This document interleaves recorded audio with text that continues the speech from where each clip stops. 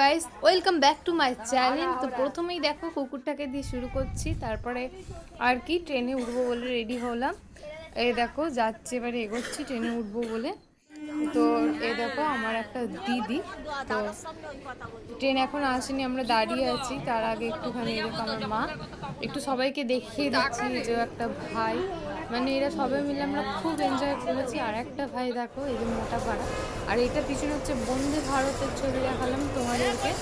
এই যে বন্দে ভারত দেখছো, সবাই ফটোশ্যুট করছে, আমিও একটু করে নিলাম। আর তারপরে এগিয়ে গেলাম ট্রেনের উদ্দেশ্যে। এখান থেকে যাব হচ্ছে দীঘা।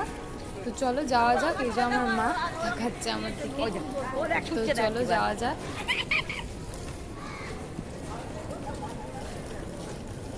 এই যে যাচ্ছি আমরা। এই যে এই দেখো কুকুরটাও দেখো কি সুন্দর ছুটছে। এটা হচ্ছে গেস করো, এটা হচ্ছে হাওড়া। ঠিক ঠিক ঠিক। তো প্রচুর ভিড় ছিল এখানটায়, কি আর বলবো। তো কুকুরটাকে সাবধানে ধরে নিয়ে যাচ্ছে আমার দিদা।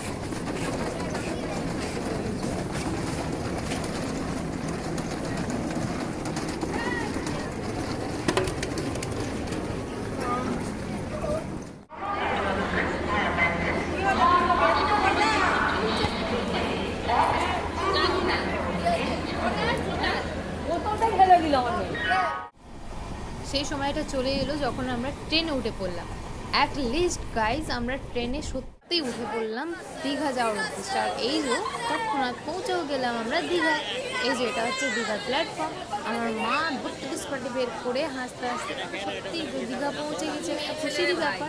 তো এই দেখো, তো ভিউটা দেখো, জাস্ট ওইদিকে আমি দেখাতে পারছি না, এতটাই ভিড় ছিল, কিন্তু জাস্ট অসাধারণ ভিউ ছিল পাশে।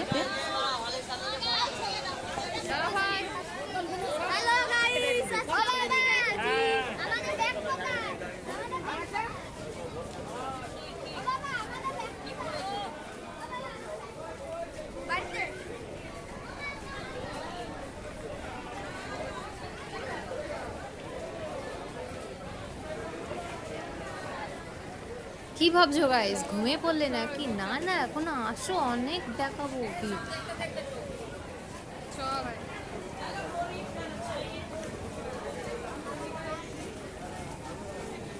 আমার ভিডিও দেখে তোমরা পুলকিত হয়ে বলবে, বাহ আরো ভিডিও চাই, আরো ভিডিও চাই। চলো তাহলে, আরো কি অপেক্ষা, চলো আরো দেখাই তোমাদের।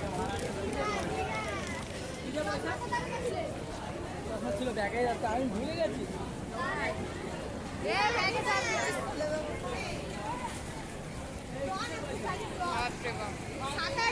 মালটাকে দূরে ফেলে দেবো।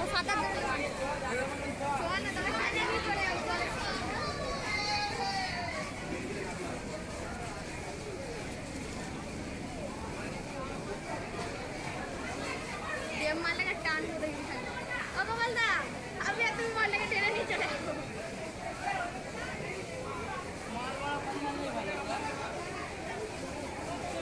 ওই যে তোমাদের হয়তো আমি একটুখানি দেখাতে পারছি, ওইদিকে পুরো নারকেল গাছের ভর্তি, এত সুন্দর দৃশ্যটা ছিল, কি আর বলবো। তো চলো, এই যে এই ভিউটা দেখা হলে, এবার আমি সন্ধেবেলায় রেডি হয়ে বেরিয়ে গেছি দীঘায় আর কি বসবো বলে। তো এই যে মানে হাঁটছি এখন, আর পাশে তোমার কাজুর দোকান, তারপরে বেশিরভাগই আর কি কাজুর দোকান, যাই না ভালোভাবে কাজুগুলো, কিন্তু এতই দোকান যে কী বলবো। এই যে দেখতে পাচ্ছ কাজুর দোকানগুলো, এই যে একটা বড়ো হোটেল পাশে।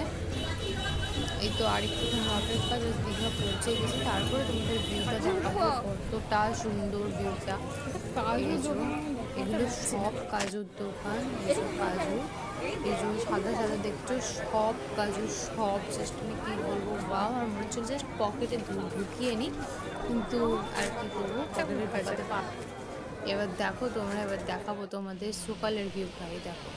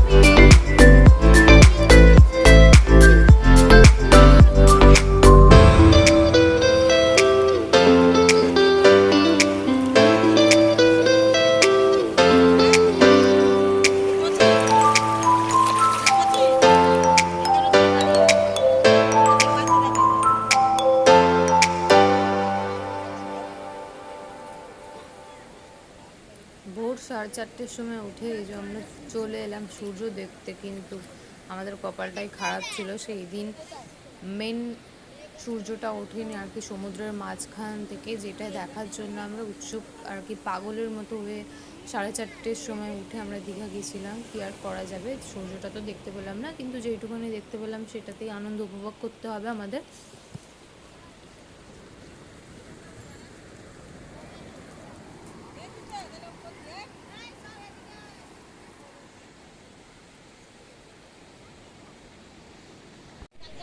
গাইজ লক্ষ্য করো একবার, সূর্যটা আস্তে আস্তে কেমন উঠছে। আরেকটুখানির অপেক্ষা, দেখো সূর্যটা প্রায় উঠেই এসছে।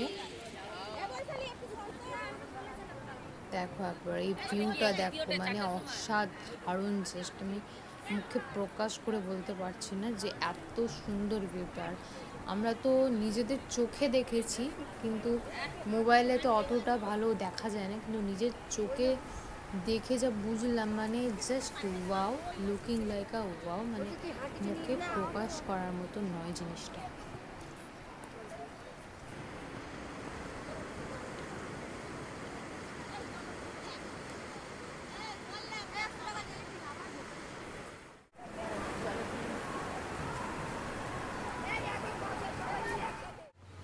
এই যে বাদরটাকে দেখো, বাদরটা তোমার, আমি যখন ভিডিও করতে গেছিলাম বাদরটা এইদিকে মুখ করে বসেছিল, যে আমাকে দেখলো তখনই ও কী করলো, মুখটা ঘুরিয়ে ওইদিকে বসে পড়লো। ও না এমনভাবে বসেছিল যে ওর হাব ভাবটা যেন অনেকটা সেই বউ যেন হারিয়ে গেছে এরকমই একটা মনভাবে বসেছিল। পাশের ও লোকটাকে কী করেছিল, কোনো খামচে দিয়েছিল, মানে দিয়ে এই কথাটা শুনে ও অতটা রেগে গেছে যে আমার বউ পালিয়ে গেছে, বলেছে যে কিছু একটা ভাবনা ওনার মধ্যে পোষণ করেছিল।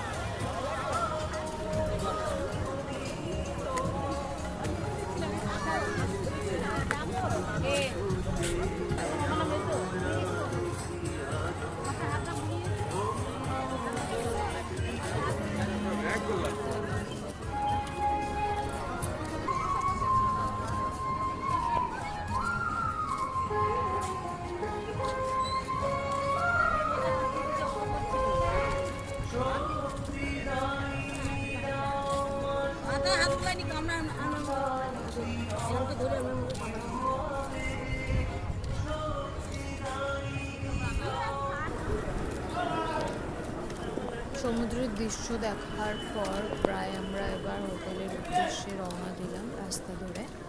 তো এই যে আমরা এখন যাচ্ছি ওদিকে, সব মানে আর কি হোটেল, এই যে হ্যাঁ